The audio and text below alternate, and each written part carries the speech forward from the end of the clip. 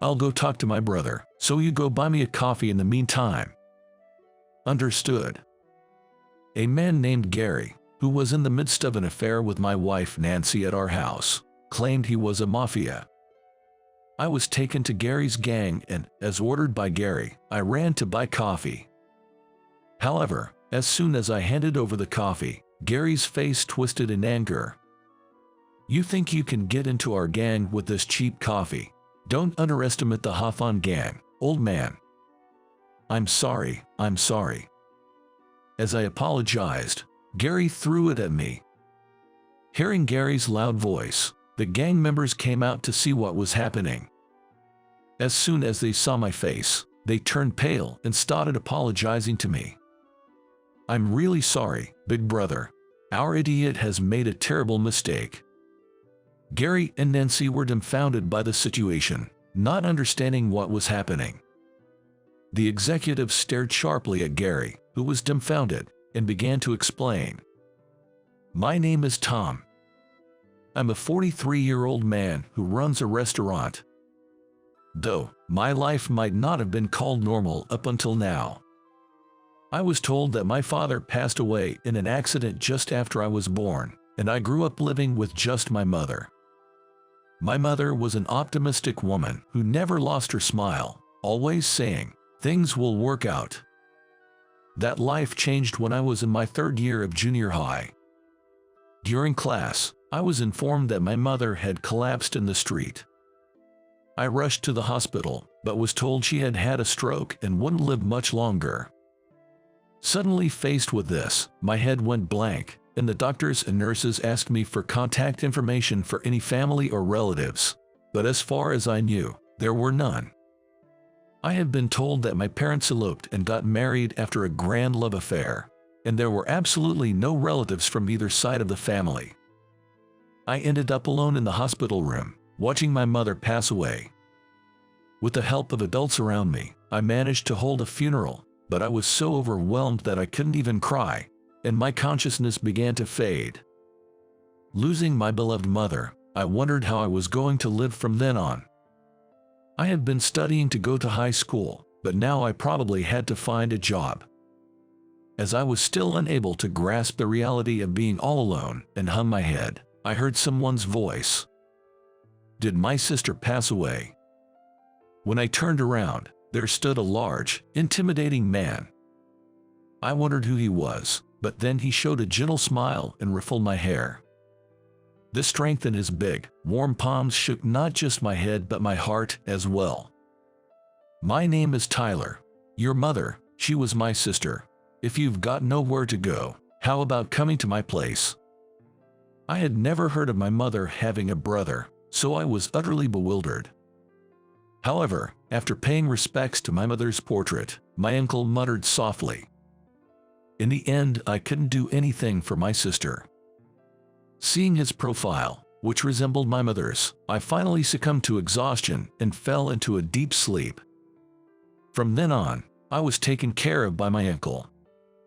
Arriving at my uncle's house, I was surprised to find it was a luxurious mansion, complete with a pool and opulent chandeliers.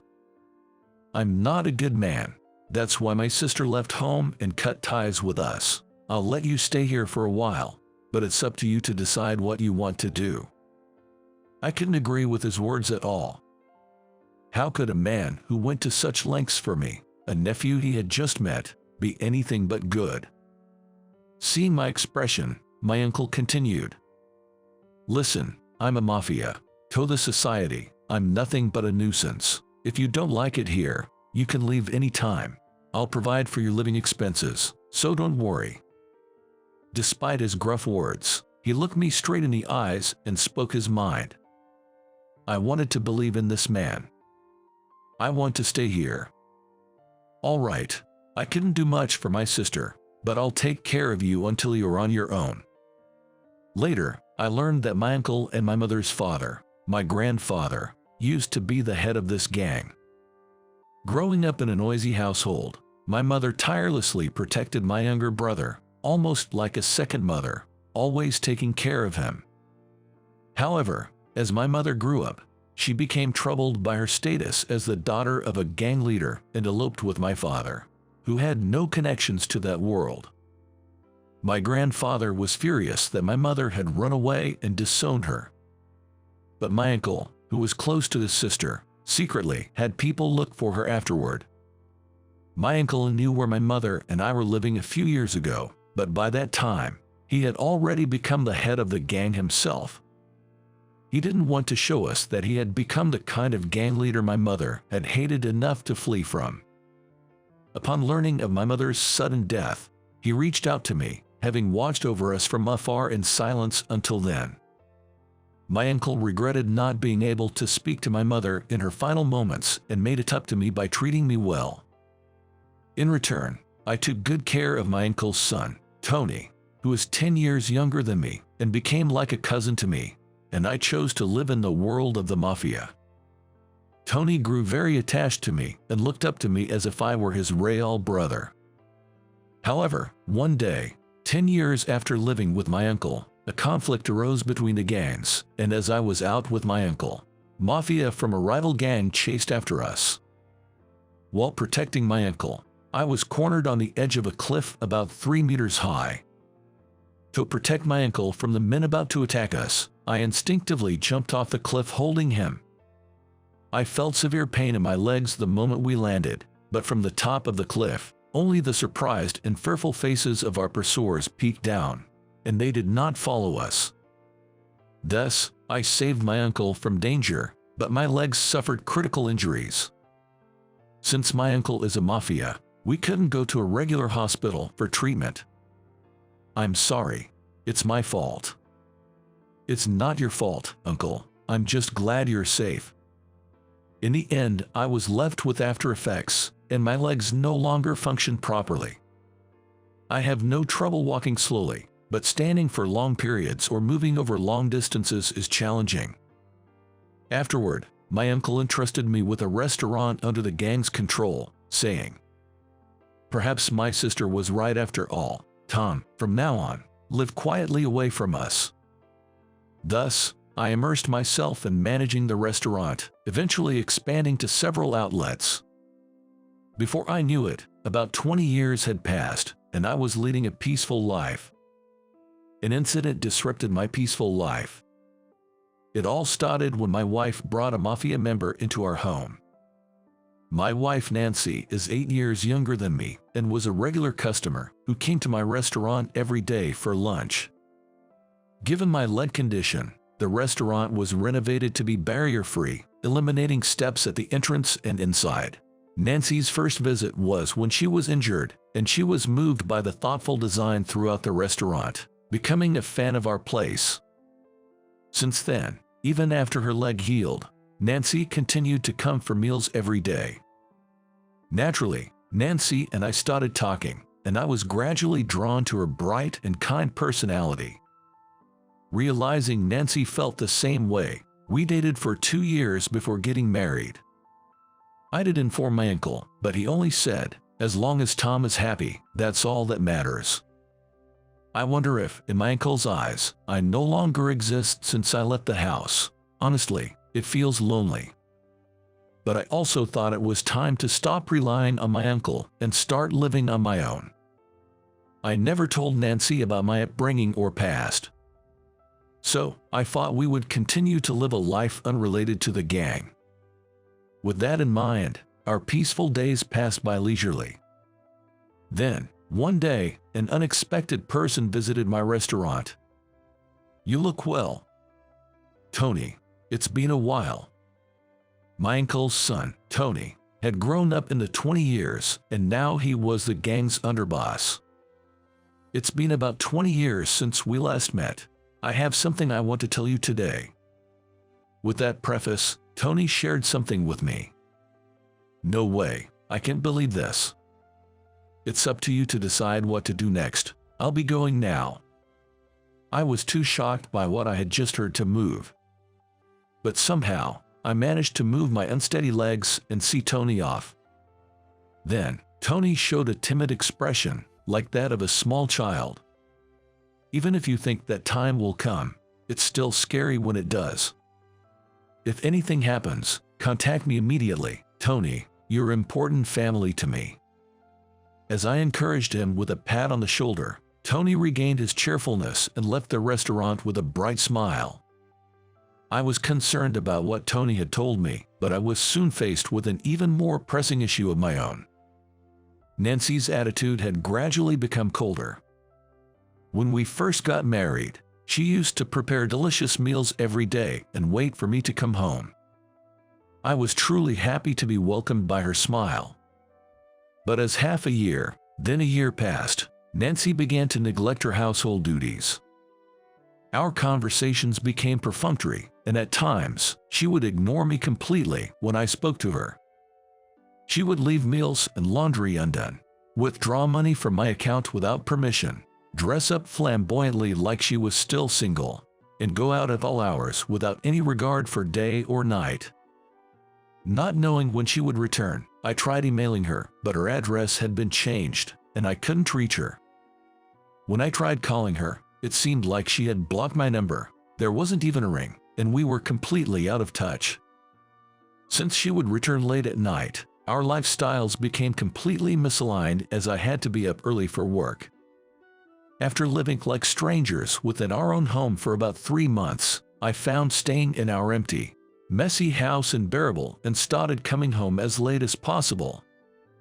However, that day, there happened to be fewer customers, and I let the part-time staff go home early. Realizing there wouldn't be any more customers, I decided to head home earlier than usual. Upon opening the front door and seeing Nancy's high heels, I thought it was rare for her to be home. But at the same time, I noticed an unfamiliar pair of men's shoes next to hers, which made my heart start pounding. I broke out in a cold sweat, my body heated up, but strangely, my nerves became sharper. I immediately suspected infidelity, but I also considered the possibility that she might just have a friend over. So I decided not to go to the living room and instead headed upstairs to my room. But as I quietly entered the house, I heard Nancy and her companion talking loudly. I thought I married a rich man, but he turned out to be a total dud. But he's a boss, right? Owning several restaurants should be good enough. The person she was talking to was a man, and someone I didn't know. But his restaurants are just in this area, and so mediocre, it's disgusting how he limps when he walks. You are so much younger and prettier than him, Nancy. It's a waste to be with someone like that. Why don't you leave him? To the man's words, Nancy laughed heartily in response. But I hate working for a living now. I want to make my husband work while I have fun and live freely with you, Gary. As Nancy laughed out loud, the man named Gary also joined in with a coarse laugh. But you married him, so you must have liked him at some point, right? Stop joking. I never liked that shabby man. I thought he had money because he owned popular restaurants, so I was just a little nice to him, and he proposed on his own. Hearing Nancy's words, I felt a deep, cold weight in my chest. I had never imagined that Nancy thought of me in such a way, even though we had been together all this time. What a terrible woman. Using your partner's wealth while cheating on him with me. I've been getting bored, so I've been completely ignoring him, waiting for him to bring up breaking up.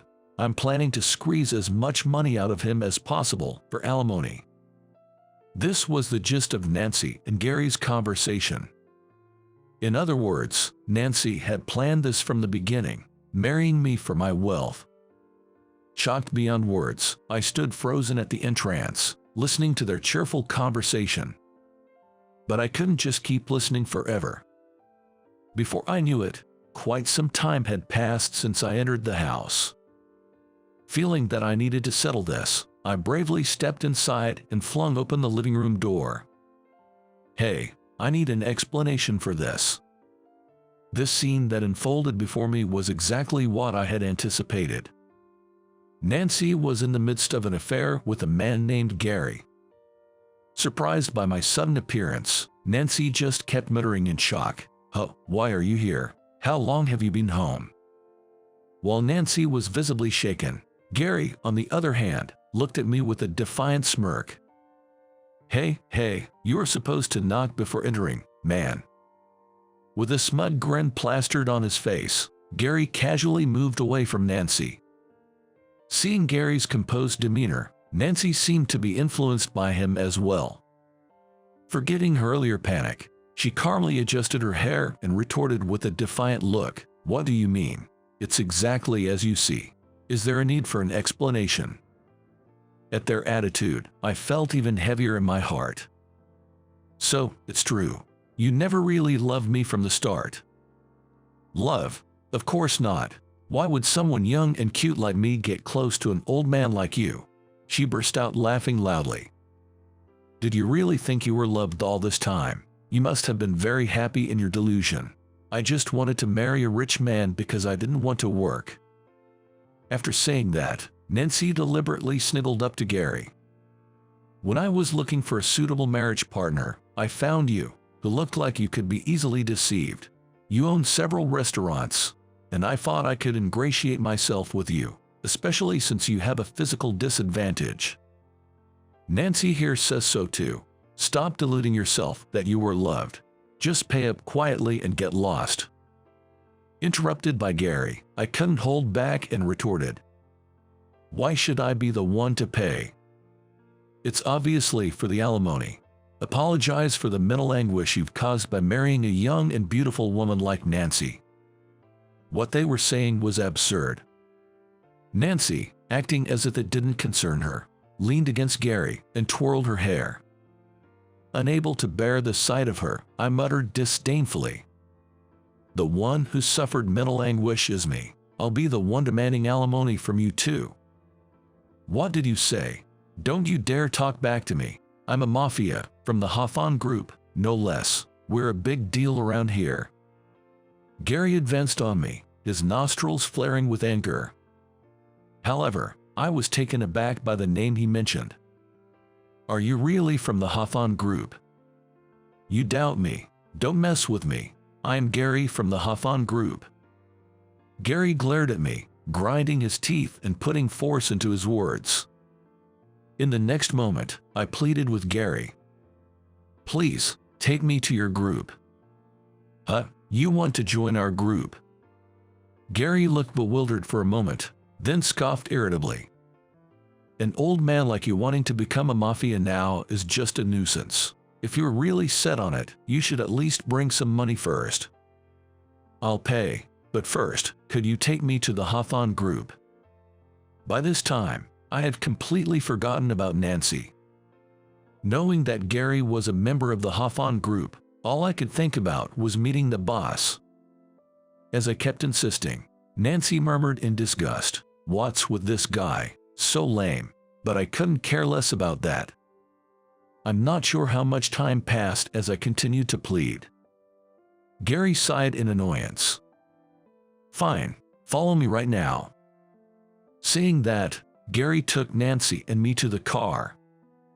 In the car, Nancy mocked me multiple times. "You're in your 40s and want to become a mafia. You can't even walk properly.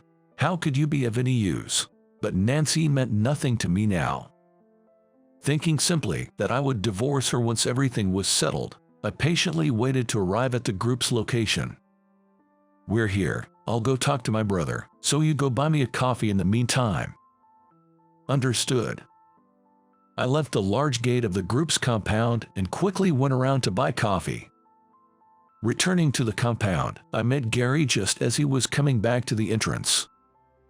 As soon as I handed him the coffee, his face twisted in anger. "With this cheap coffee, you think you can join the group? Old man, don't underestimate the Hawthorne Group." I'm sorry. As I apologized, Gary threw it at me. Then, perhaps hearing Gary's loud voice, other members of the group came out to see what was happening. "Hey Gary, what's all this commotion? This old man says he wants to join a group now, but he can't even buy a proper coffee, so I was just setting him straight." Hearing Gary's words, the member frowned slightly and looked at me. "You didn't have to make such a fuss. Have I seen you somewhere before?" The member who was scolding Gary peered into my face and started to ponder. Who could it be? Ah. Suddenly, the member shouted and turned pale, rushing back inside. He quickly returned, bringing with him a group of executives.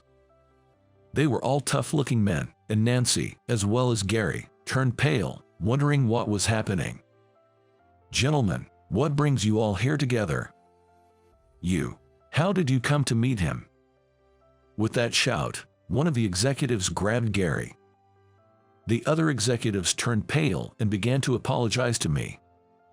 "We're terribly sorry, Big Brother Tom. Our idiot has caused you a great disrespect." "No, it's okay." Seeing me speak to the executives as equals, Gary turned red and started to rant. "It was this old man who asked me. He wanted to join a group, so I just brought him here. This man here, he's a legendary mafia. Without him, the Hafan group would have been long gone." Upon hearing the executive's words, both Gary and Nancy were dumbfounded and couldn't grasp the situation. The executive glared at the bewildered Gary and began to explain. "He, 20 years ago, risked his life to save our boss." This old man did. What do you mean? Finally changing his attitude towards me, I took the opportunity to explain further to Gary. "This is the home I grew up in. I used to be a mafia too. We became mafia after he had already left this house. It's an honor to see your face again after such a long time." The executive then spoke in a lowered voice. "Did you come today to meet the boss, by any chance?" "Yeah, Tony came to see me the other day and explained the situation, but my uncle didn't seem willing to let me in here, so I was in trouble. In fact, I had found out that my uncle had a heart condition and was given only 6 months to live. He was advised to undergo surgery, but the success rate was only 40%. Tony had told me this, and I wanted to see my uncle right away. But Tony shook his head and said that my uncle wanted me to grasp a normal happiness and never to re-enter the mafia life. My father always regretted what happened to you, Tom. He felt sorry and wanted you to live a happy life. Given this background, even if I had approached the group directly, I probably wouldn't have been allowed in due to my uncle's instructions." That's when Gary, who turned out to be an incidental adulterer from the Hafan group, appeared, and I fought to seek his cooperation.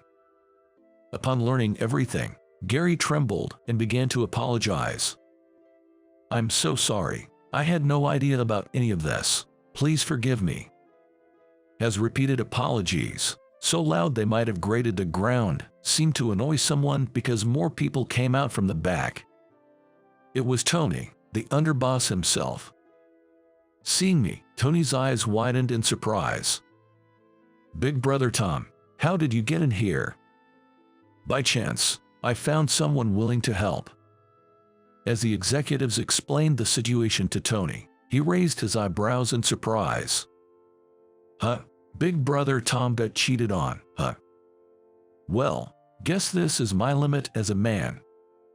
Tony frowned even more at my nonchalant laugh. "That's nonsense. There's no one more manly than you, Big Brother Tom. So, what will you do about that man?" Before I could answer, one of the executives stepped forward. "There's no need to bother the underboss with this. Gary will be expelled. He's tarnished the group's name, and he'll have to take full responsibility."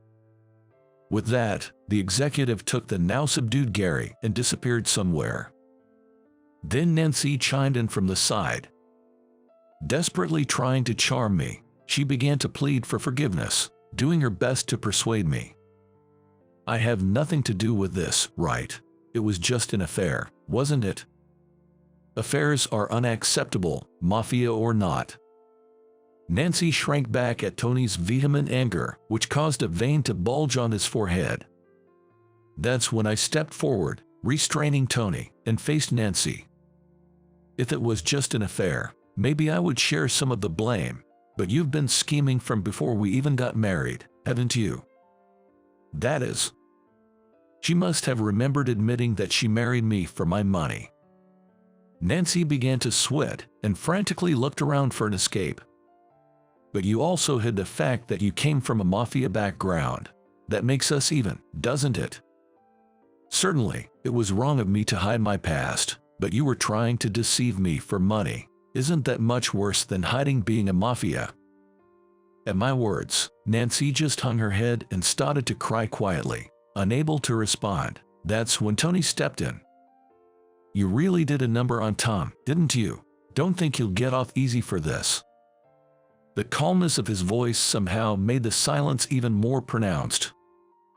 Ever since our uncle fell, Tony had been effectively running the organization internally as the de facto leader. Thus, Tony's words carried the weight of a leader's, and everyone obeyed. Take her away. At Tony's command, the members took Nancy away. I later received the divorce papers, but that was the last time I saw Nancy in person. I'll leave the rest to you. Leaving those words behind, I started walking towards my uncle's room. My uncle was lying in a large room, quietly closing his eyes. Uncle. Tom, I told you not to come. You're free now. You can live your life. Forget about me. Unable to bear hearing my uncle's stifled voice, I knelt down and grabbed his hand. The first day we met, he patted my head with his large, warm, and strong hand. Now, that same hand feels thin, cold, and considerably smaller.